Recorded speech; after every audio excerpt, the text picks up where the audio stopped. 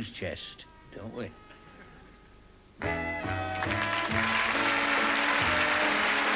And Ronnie Barker's open for business again next Monday at 9:35. Stay with ABC now as Four Corners brings us a startling expose of the power of the Triads, a report that will shock and disturb you next on Four Corners.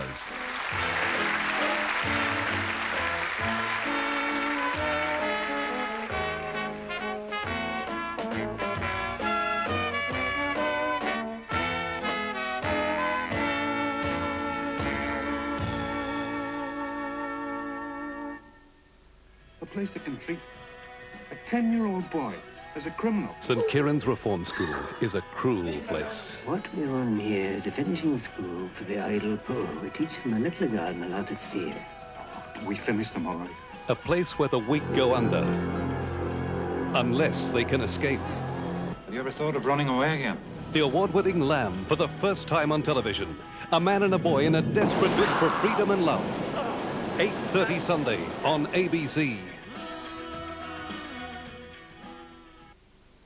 During 1989, the Melbourne Symphony Orchestra will bring Melbourne audiences outstanding performances by some of the world's greatest artists, including legendary violinist Igor Oistra, pianist Michele Campanella, cellist Ofra Hanoi, conductor Christopher Hogwood, trumpet virtuoso Hakan Hardenberger, and the MSO's conductor laureate Hiroyuki Iwaki. For a free 1989 subscription brochure, telephone Melbourne 627 471.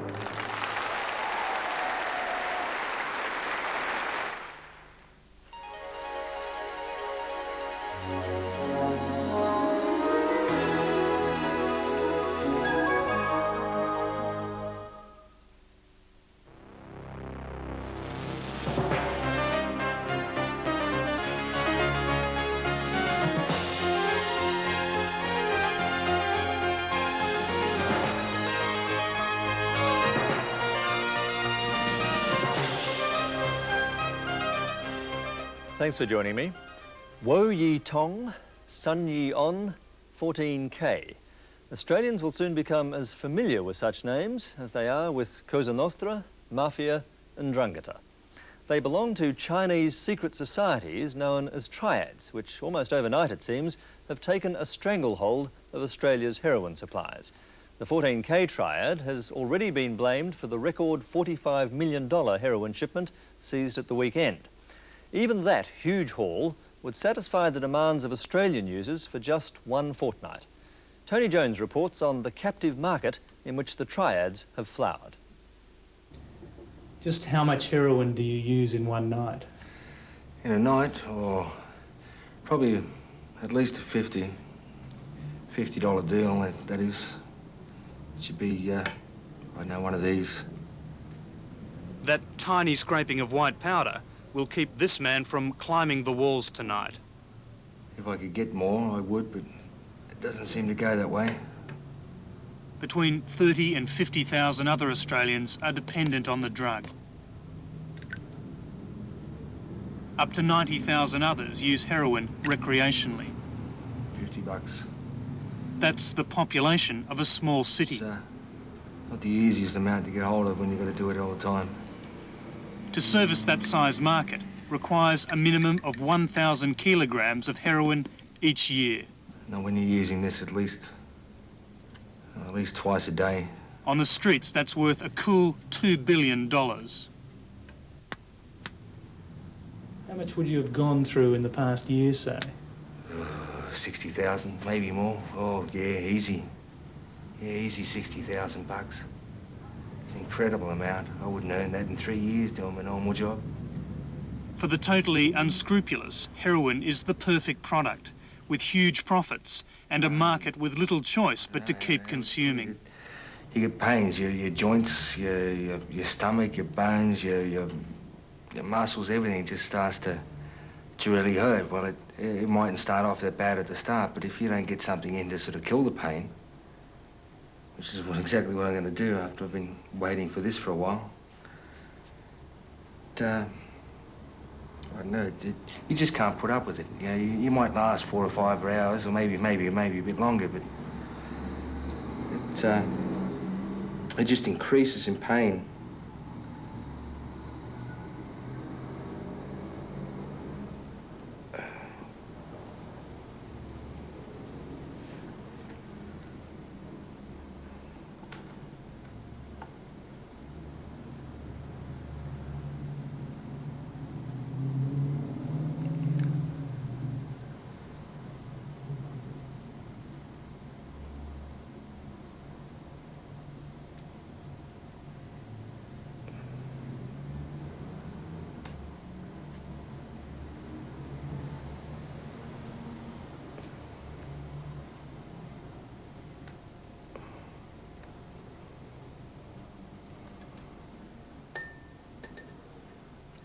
just a habit of mine. How many people do you know like yourself? Oh, gee. My age bracket, not too many. And the younger ones, from 16 to 20, or 40, 50, maybe a bit more.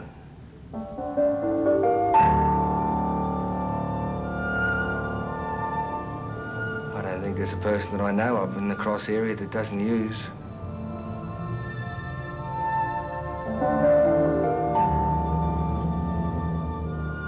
I reckon there's more evil in that one little square kilometre than what you could find in the rest of Australia.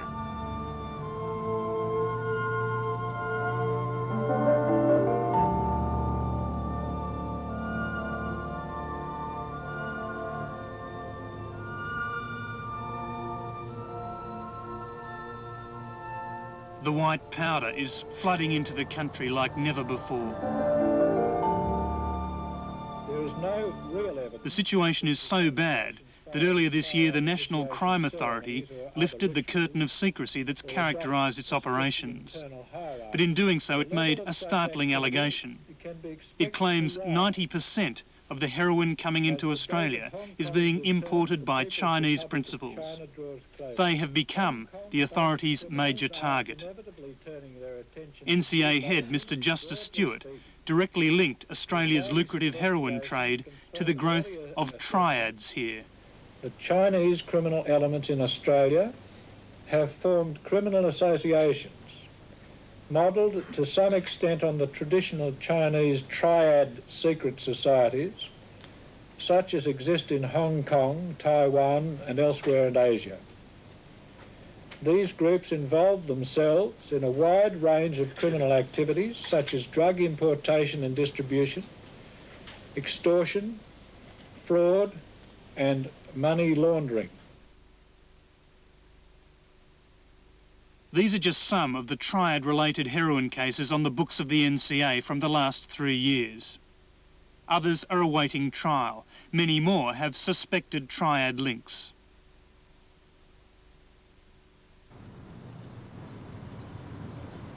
It was during the 1970s that Sydney's Chinatown became the centre of Chinese organised crime.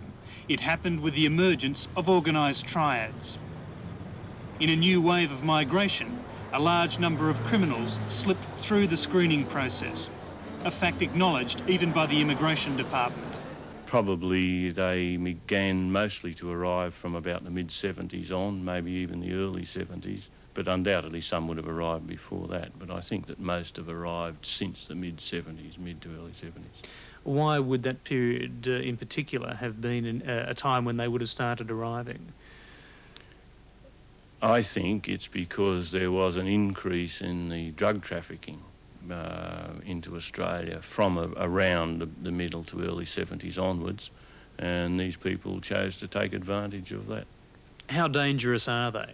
Oh, I think they're very dangerous if we don't recognise the existence and do something about it, and they're very organised. There's a distinct hierarchy, but we certainly do have some elements of triads in Australia. The triads that have emerged here are basically gangs of organised Chinese criminals with varying degrees of sophistication. Like the Italian mafia, they're extremely difficult to penetrate and very little is known about them. But late last year, this Federal Police intelligence document was compiled. It details the activities of the Hong Kong triads in Australia. The information in here is a quantum leap beyond what's been published up to date. It makes extraordinary reading. The document names 9 different triad societies from Hong Kong, which have made their appearance in Australia. Police believe a gang of Singapore Chinese may also be described as a triad in its organisation.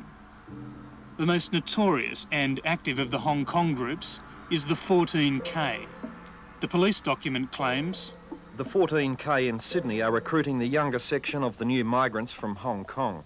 This sector is considered ideal for enlistment and most susceptible to triad influence.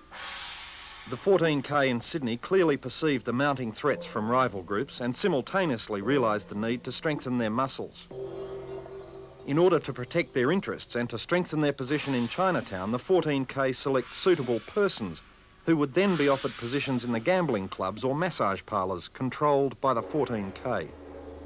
Then there's a second major triad called the Wo Yi Tong. It is considered a powerful rival to the 14K.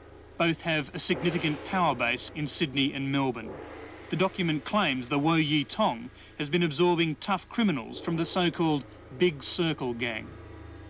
Characterising this group is the fact that the majority of them have been members of the People's Militia in China and, as such, have gone through tough military training, especially in the use and handling of weapons. Finally, Australia in recent years has been threatened by the emergence of a third group, the Sun Yat Triad. It's a highly organised syndicate, the most powerful and largest triad in Hong Kong. The document notes, sometime in 1984, 2 teams, each consisting of 6 people from the Sun Yat in Hong Kong, visited Sydney separately with a view to explore investment opportunities. Soon afterwards, those visits took on a new light when 2 Sun Yat members in separate incidents were arrested importing large quantities of heroin into Australia. But the other triads are already established here.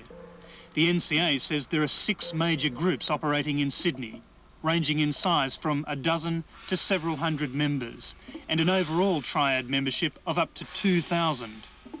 As for the shadowy leadership, the Federal Police document names 15 senior triad figures. They are usually, but not always, insulated from the criminal activities that bring their followers to public attention.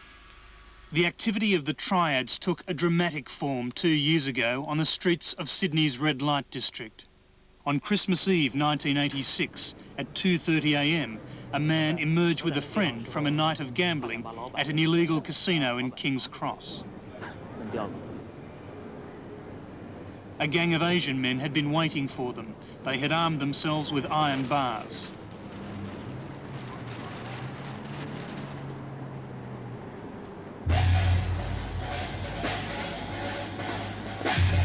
Their main target was William Moe.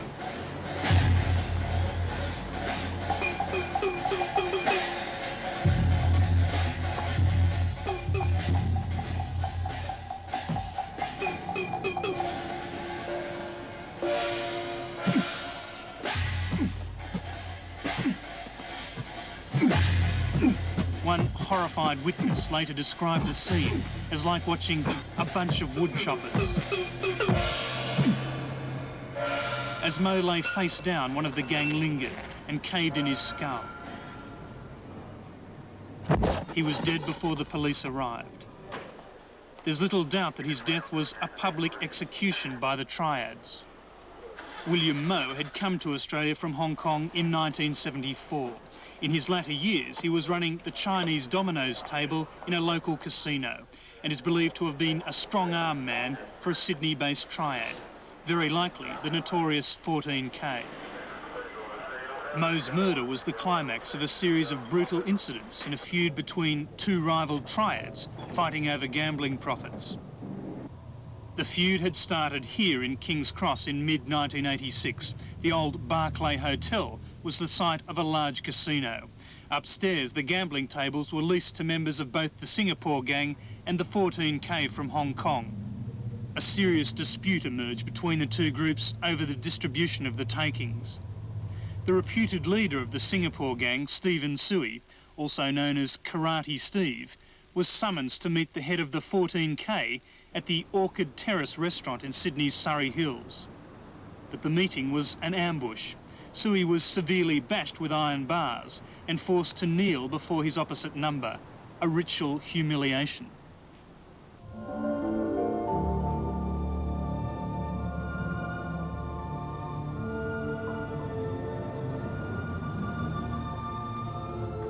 King's Cross is still our capital city of the crime world, and we've been told that powerful figures here feared an all-out triad war would erupt after the Sui bashing. So a number of extraordinary meetings were held to calm the situation. One of the meetings was held here, the Office of Lebanese Criminal Identity, Frank Hakim. Hakim acted as a sort of barrister for the 14K, while another Lebanese figure represented Sui and the Singapore group. And overseeing the meeting as a sort of arbitration judge was Sydney's so-called Mr. Big, Lenny McPherson, named many times as a senior figure in the Sydney crime world. The effect of the meetings is unknown, but it's clear from such interventions that there's a distinct underworld agreement that's allowed the Triads to operate and grow on Australian soil. And grow they have in the seedy heartland of Sydney's criminal fraternity. For the Singapore-based group, Bayswater Road was a kind of headquarters. Number 28, operating as a casino, was Sui's base. Stationed outside the door for much of the time we filmed with a concealed camera was this man, apparently to warn of police raids. We tried contacting Sui here and can confirm it's still operating as a casino, but we were later told Sui had moved on to other interests. It's not surprising given the trouble that arose out of the gang's venture into Asian prostitution. Next door to the casino is number 30 Bayswater Road, another building that was in the control of the Singapore gang. Until late last year, number 30 was a brothel specialising in young Asian women.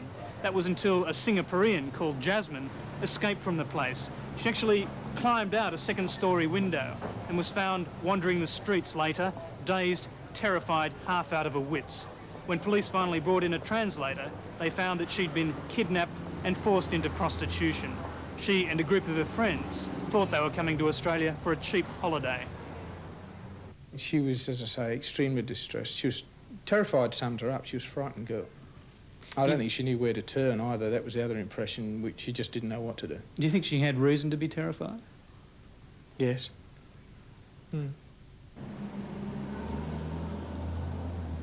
When Minkley and his partner forced their way into number 30, they found the other girls from Jasmine's group. The madam of this inoffensive-looking place is alleged to have coerced the girls with threats, violence, and claims that she was part of a Singapore triad. But when the girls were too scared to return from Singapore to give evidence against her, the police were forced to drop their case. The Singapore group's activities have not just been gambling and prostitution. Stephen Sui, the gang's leader, pleaded guilty 3 years ago to charges involving the supply of a massive 910 grams of heroin. He was freed less than a month after his court case, having spent only 18 months in jail. Now, just to put that into perspective, a kilogram of heroin is worth roughly $1 million on the street. To triad criminals, the penalties here for drug trafficking, compared with the possible gains, provide very little deterrent. But the immigration laws provide no deterrent at all. This was graphically illustrated to us in the case of yet another triad leader who came to Australia posing as a refugee and took the name Pedro Jong. In April 1985, the NCA raided the house of a senior figure in the infamous Wo Yi Tong triad. The man carried the papers of an East Timorese refugee. The NCA was looking for drugs. Instead, they found 2 unlicensed pistols and silencers to go with them. Pedro Jong's fingerprints were routinely sent to Hong Kong, and it was quickly discovered that his refugee papers were false. Jong was an alias. The man's real name was Lo Chi Wing. He'd escaped from Hong Kong in 1977, where he was facing charges of being a triad member. He was also a well-known criminal there, with a long list of convictions, but came to Australia with apparent ease. He applied for amnesty in 1980, and that was when we discovered that he allegedly came in at that time, but we also think he posed as a Timorese refugee when he came into the country. Did you also subsequently find out that he was a leader of a triad organisation? We have that information now. At the time, that was of not great significance to us because he had not come to our notice for those sorts of activities. But we understand that's the case now, that he was in a triad group. In a remarkably short space of time, Lo Chi Wing had fled Hong Kong, established himself with a new identity in Australia, and risen to the top of the tree in a triad known as the Wo Yi Tong. In fact, one of the bases for the Wo Yi Tong was in a building right here behind me in Chinatown, number 71 Dixon Street. Until recently, it operated as a casino known as the Hong To Club. We've been told that Lo Chi Wing ran the casino and used the profits to finance heroin importation. The key federal police document lists the Hong To Club as the headquarters of the Wo Yi Tong Triad. It was an illegal casino and was put out of business after a major police raid last year. In his heyday, Pedro Zhong, or Lo Chi Wing, also controlled the Chinese gambling at the Double Bay Bridge Club, another notorious casino in its day. Lo Chi Wing was deported soon after his arrest in 1985, and since his departure, 2 of his associates have been convicted on large heroin charges. But the Wo Yi Tong Triad is far from broken. Has anyone taken over the leadership of the Triad organisation that Pedro Zhong or Lo Chi Wing was in charge of? Yes, I believe that we have sufficient intelligence to suggest that that has happened. We believe this particular person arrived in 1976 along with a number of other people, possibly to set up some drug trafficking arrangements within Australia, and that he is now running that particular organised criminal element that Pedro Zhong did have.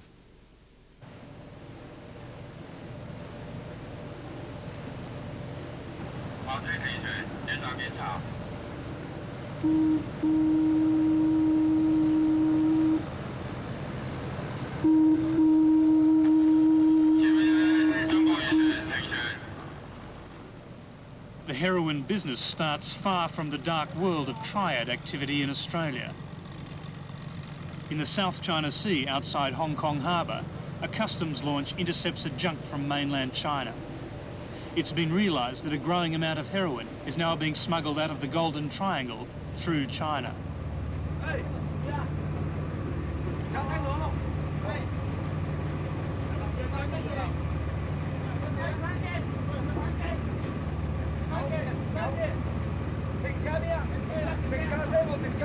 The hapless captain of this junk is used to being searched like this.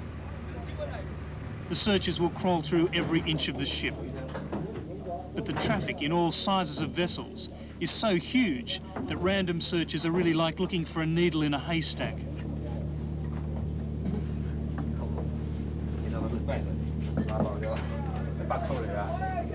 In spite of that, 747 kilos of heroin and opium were seized in Hong Kong last year.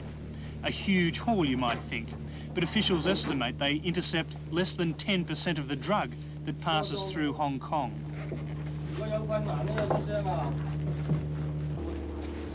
Behind some of Hong Kong's prodigious wealth is the smell of heroin.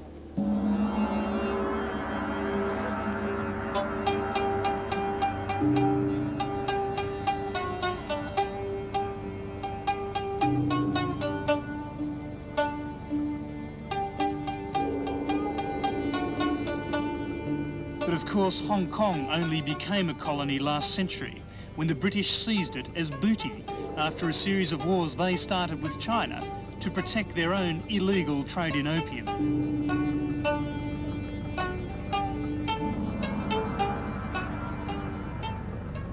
So it's one of the most pathetic ironies of world history that Hong Kong today has become the virtual nerve centre of Asia's heroin trade. It's here that most of the deals are struck. If you have the right connections here, you can organise a shipment of heroin virtually anywhere in the world. So it's not surprising that this overcrowded colony is pitted and scarred by organised crime. And that organisation is epitomised by the Triads.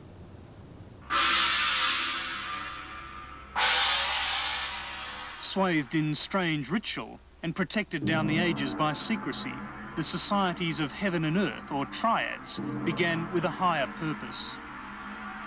In the only known footage of a triad initiation ceremony, initiates drink the mingled blood of their comrades. Such societies emerged 300 years ago and were dedicated to the overthrow of China's Manchurian rulers. In Hong Kong, the British, with no reason to foster nationalism, declared the triads illegal soon after taking the colony. In later years, nationalist leaders like Chiang Kai-shek gave a new legitimacy to the Triads. It was one of Jiang's generals who founded the 14K in Canton soon after World War II. It was, if you like, an attempt to form an underground society, to form a resistance movement within China.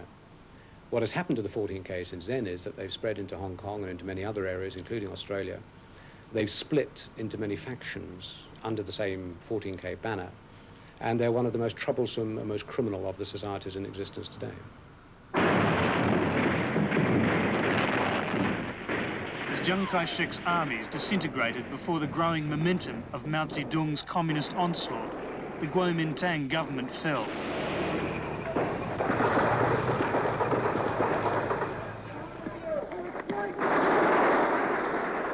Even as Mao's forces rolled into Peking, the nationalists were fleeing China.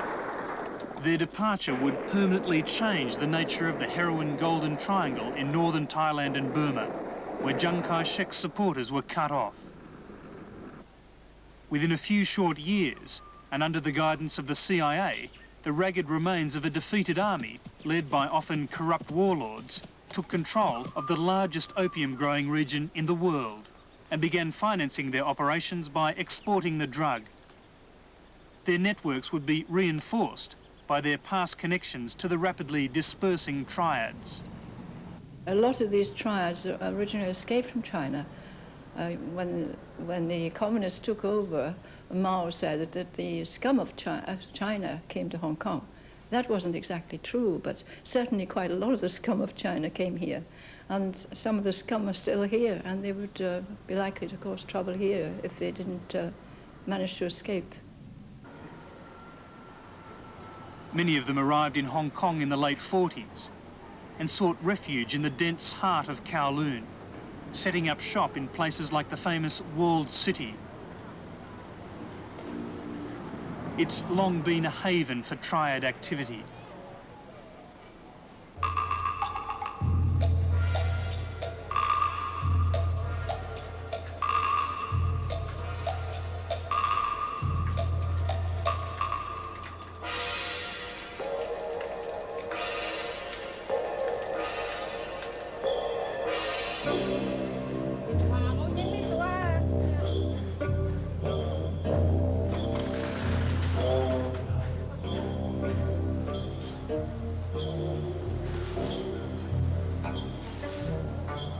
For decades, these damp corridors were full of opium dens.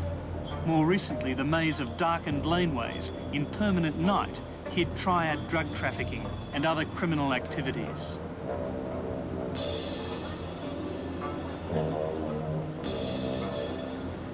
For Senior Inspector Russ Harding, the Walled City sits at the centre of his patch. When it was built, the water and electricity wasn't installed by the government because it wasn't exactly built with the government approval. So what happened is the residents, if you look up, you can see they've installed their own water pipes and electricity which supplies the buildings in here. Is it true, it's said that in fact the Triads have installed the water and electricity and control its usage, is that correct? Well, obviously there is scope for the Triads to take control of some of the water and electricity in here because it's very vulnerable to be interfered with, yes, that's true. Probably several Triad groups could operate different areas in here. And what sort of problems they find? I know there's a drug rehabilitation clinic in here. Does that mean that this area has had a reputation in the past as being an area where drugs can be supplied? Or in the past, this area was known for drugs, but it's much less known now. But as you can see, it's still the kind of place where it's very easy to hide, disappear, and hide drugs. So there is perhaps still some problem, but nothing like as bad as it used to be.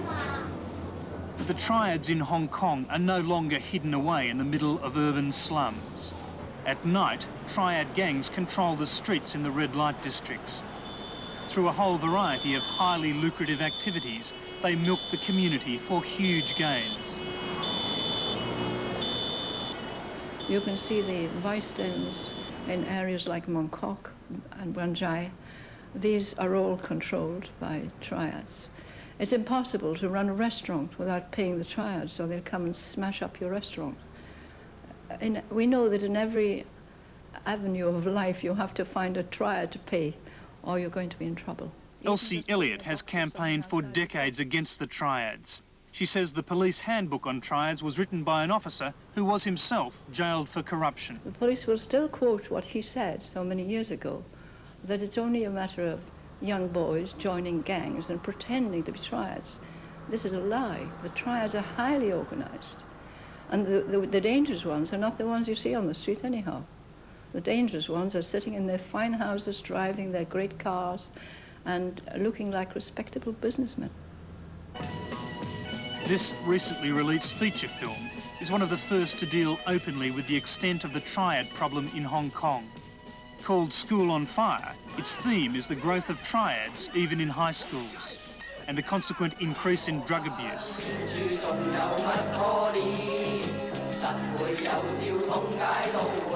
As portrayed in the film, gang leaders are likely to wear designer clothes and gold Rolex watches. Portable telephones and message beepers top off the high-tech image of the modern triad. Easy money has produced a new breed with contempt for the old ways.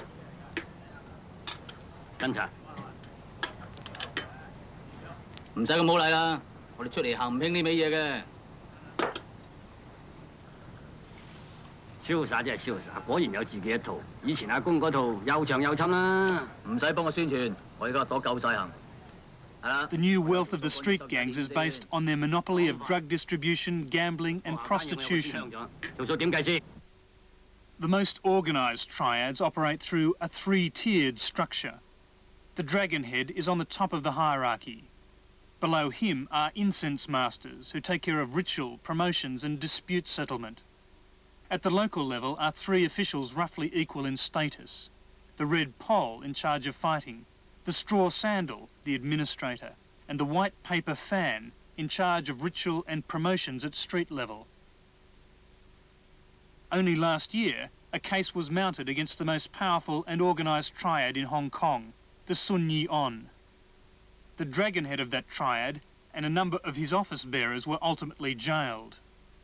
Now, one of the major factors in getting that prosecution was the fact that they were keeping very good lists and records of the society, particularly the office bearers, of what they were doing, of where money was going. That made it, in many ways, easier to prosecute and to show exactly the extent of their organisation.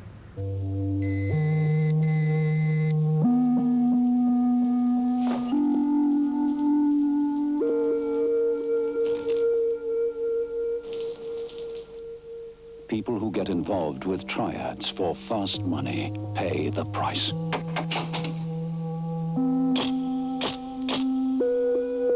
Avoid contact with triads. It's not worth it. The Hong Kong Independent Commission Against Corruption, or ICAC, in a series of public advertisements, warned of the dangers of organised triads.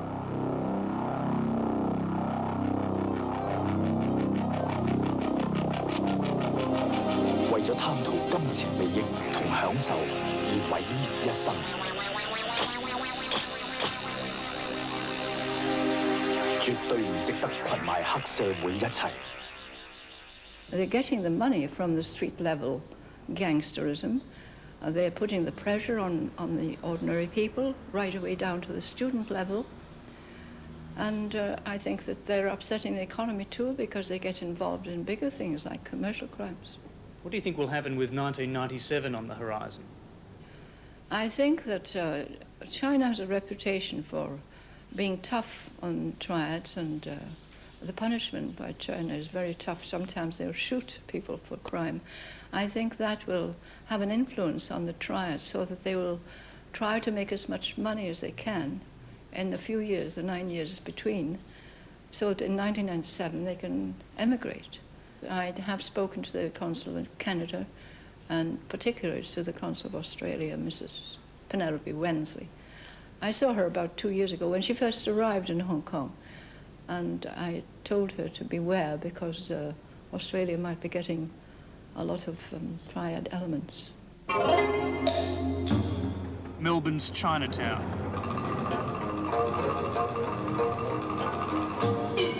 Police are convinced the triad invasion of Sydney has now gone national. In the the 1980s, criminals linked to the Sydney Triads began to take over Melbourne's Chinatown, a move accompanied by violence and protection rackets. Wellington Lee has for years been called the unofficial mayor of Chinatown. He says triads are responsible for those problems. Have shops here in Chinatown been hit by this? I would by say the protection so. rackets? Yes, from the information given to me, I don't know how many, but it has started and some are being hit by it. Yes. Do you think there may in fact be people here who are operating under orders from Sydney or Hong Kong, operating as organised criminal groups? Yes, I believe that is so. Do you think those people in New South Wales who are sending heavies down here are powerful in their own right in Chinatown, in Sydney? From what I hear, I would say yes. Look at the Chinese community in Sydney. I sometimes am disappointed that they won't come out and try and clean up that area. I would like to keep my area of Chinatown or of Melbourne clean and safe for people to enjoy. And I don't think we in the Chinese community have to suffer from criminal activities. What other things are these people involved in besides extortion? Illegal gambling's obviously one area. What other areas do you think there are? The usual run of gambling profits, prostitution, illegal immigration, false passports, of course drugs, and all the other areas extending from those activities. There are certainly links between some of the Chinese criminal groups here in Melbourne and the Chinese criminals in Sydney. There's no doubt of that. What sort of links are they? Links particularly in the drug area. In what sense? Are you suggesting that Chinese criminals in Sydney are supplying drugs to Chinese criminals in Melbourne? I don't think there is any doubt. In fact, I'm sure that in recent years the majority of heroin distributed and used within Victoria has its origin based in the distribution importation network based in Sydney. This secret Immigration Department document examines those connections, the personalities and events that rocked Melbourne's Chinatown. It details the role of a former Victorian policeman who was a bagman for payoffs from Chinese vice and gambling figures in the 1960s. In 1986, when this report was written, its author claimed that the former policeman and his associates are understood to be paying retainers to serving officers who are providing advance knowledge of current investigations. Evidence of this corruption has been experienced by the author. The report also names this man, Zhong On Sing, as a key figure in the Sydney push into Melbourne's Chinatown. Immigration records show Zhong On Sing to be an East Timorese refugee and none other than the brother of one Pedro Zhong, the leader of the Woyitong Triad in Sydney. The Woyitong was spreading its tentacles into Melbourne. Zhong On Sing is probably also a Hong Kong Chinese national, or of that grouping. He also posed as a Timorese refugee. We think that he also is involved or may have even taken over from Pedro Zhong as the one of the senior people in the Triad grouping involving in various rackets. But he, of course, has since been arrested by the police for heroin offences, and he's of no real further concern to us. We knew that he went to Melbourne, and we think to set up or help set up gambling or prostitution rackets in Melbourne. In fact, gambling provides a pot of gold to controllers.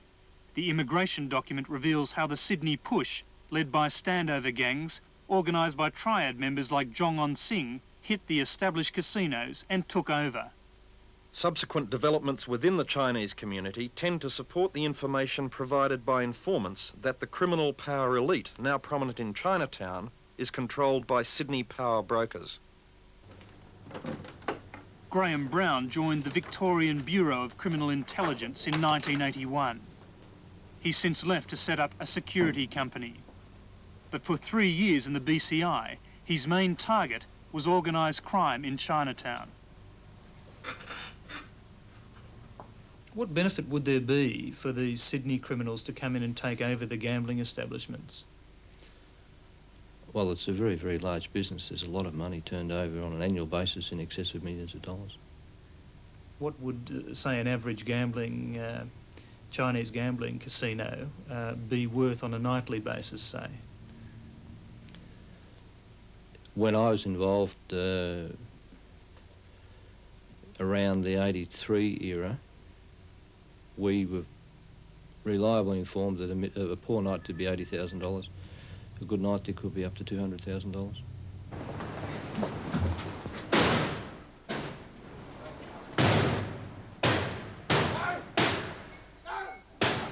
The Melbourne gaming squad hammering open the door of one of Chinatown's series of illegal casinos only 2 weeks ago. This well-fortified door also has a camera hidden in a metal box.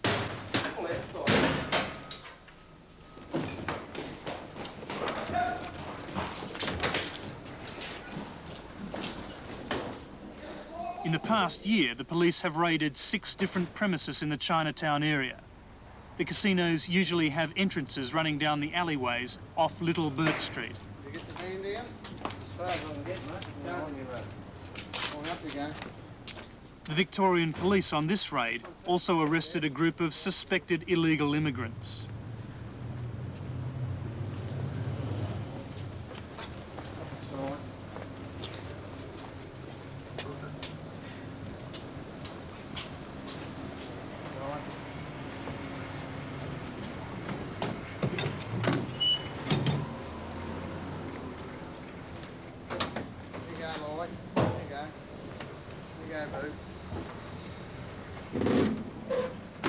In the crowd watching the raid, and later in a shop on the corner of the laneway, William Chow, one of the new breed of gambling bosses with connections back to Sydney.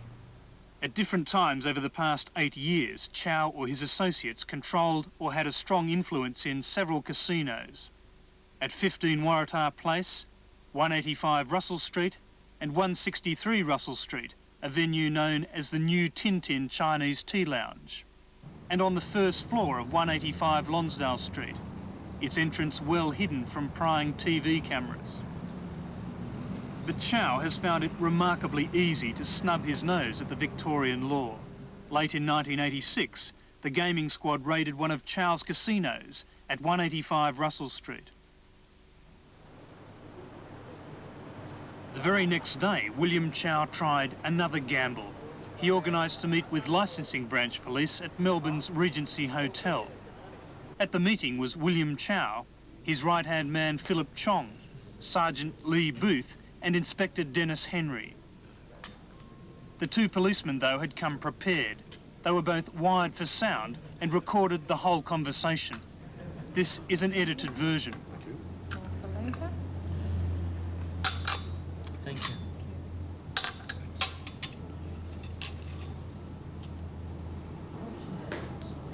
We want to make a financial arrangement. There's too much competition, you see. Is it the Fantan or the Dominoes that's the big go? The money comes from the Fantan or the Dominoes? The money comes from Fantan, you know. We can talk financial business. We would like you to do us a favor, and in return, we would like to do you a favor with money. We would like to give something every week. What we want is, we want you to stay away, and in return, we would finance you a sort of way to offer you $500 each per week.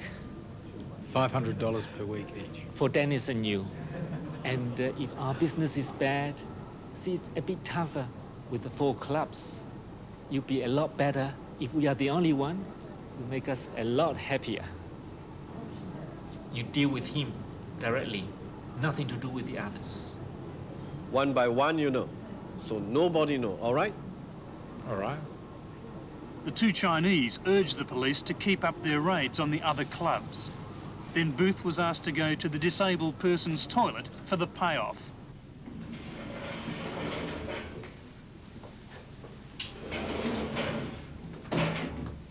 This for Mr. Dennis. And this for you, Mr. Lee.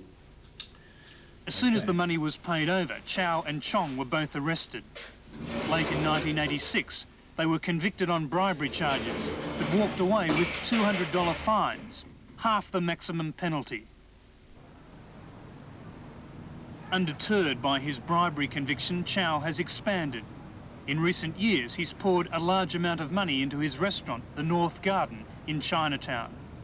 Despite his considerable gambling interests, and possibly as a result of his own considerable gambling habit, Chow has had financial difficulties with his new enterprise. Against that backdrop, Chow's name has become associated with a highly organised bank fraud against a number of suburban banks. This unobtrusive branch of the State Bank of Victoria was hit by the scam. The fraud squad is investigating 144 bad loans from here. Some $890,000 is still in arrears.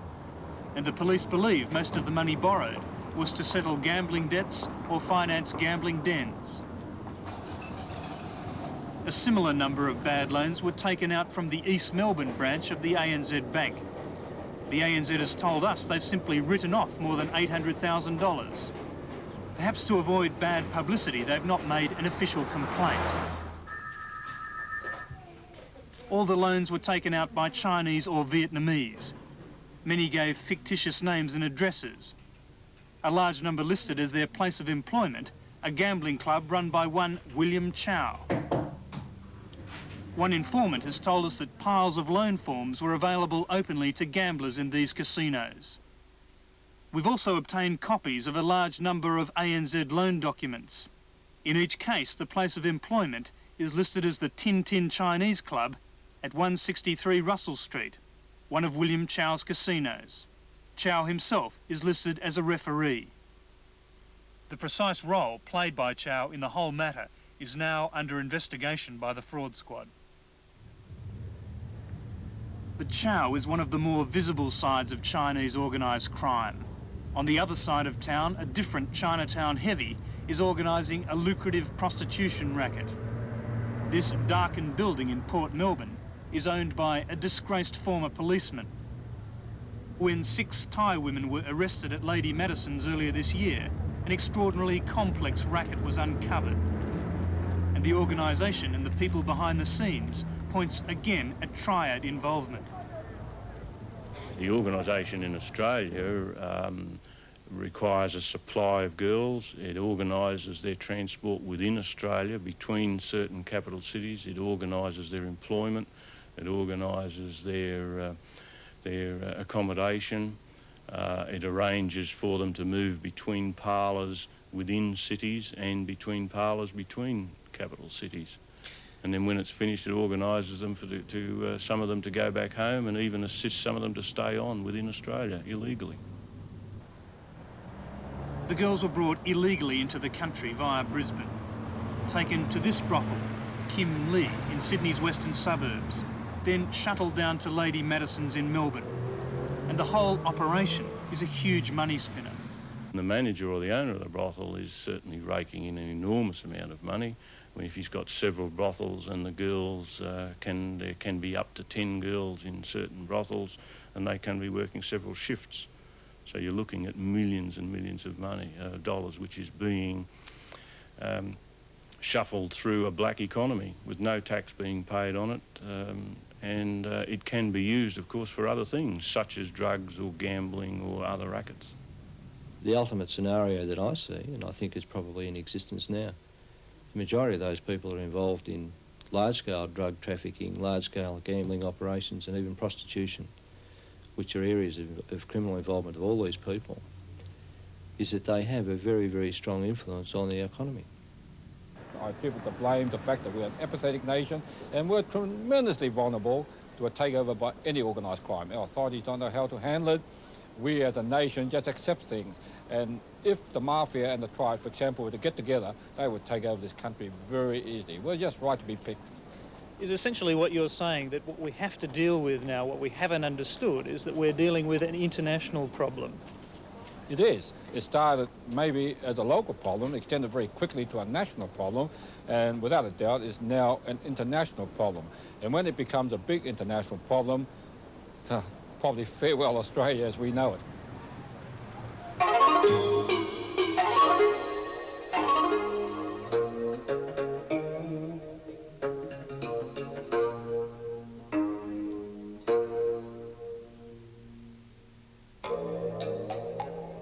one doubts that the vast majority of Chinese and other Asians are not involved in any way in criminal activities. Indeed, the general rate of crime in the Asian community is lower than for the rest of the community.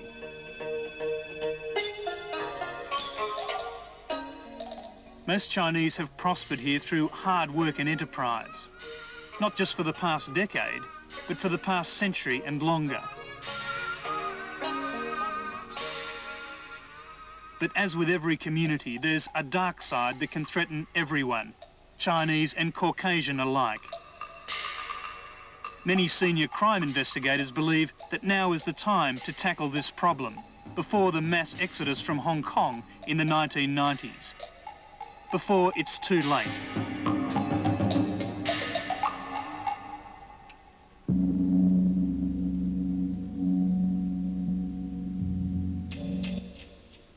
Tony Jones, and next week we report on another insidious business, the international arms trade, which Australia is poised to enter.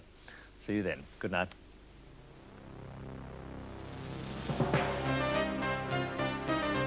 This edition of Four Corners will be repeated tomorrow at 5 to 2 and again on Sunday afternoon at 1 o'clock. Rubbery figures in just a moment, then Everton play Aston Villa in English soccer.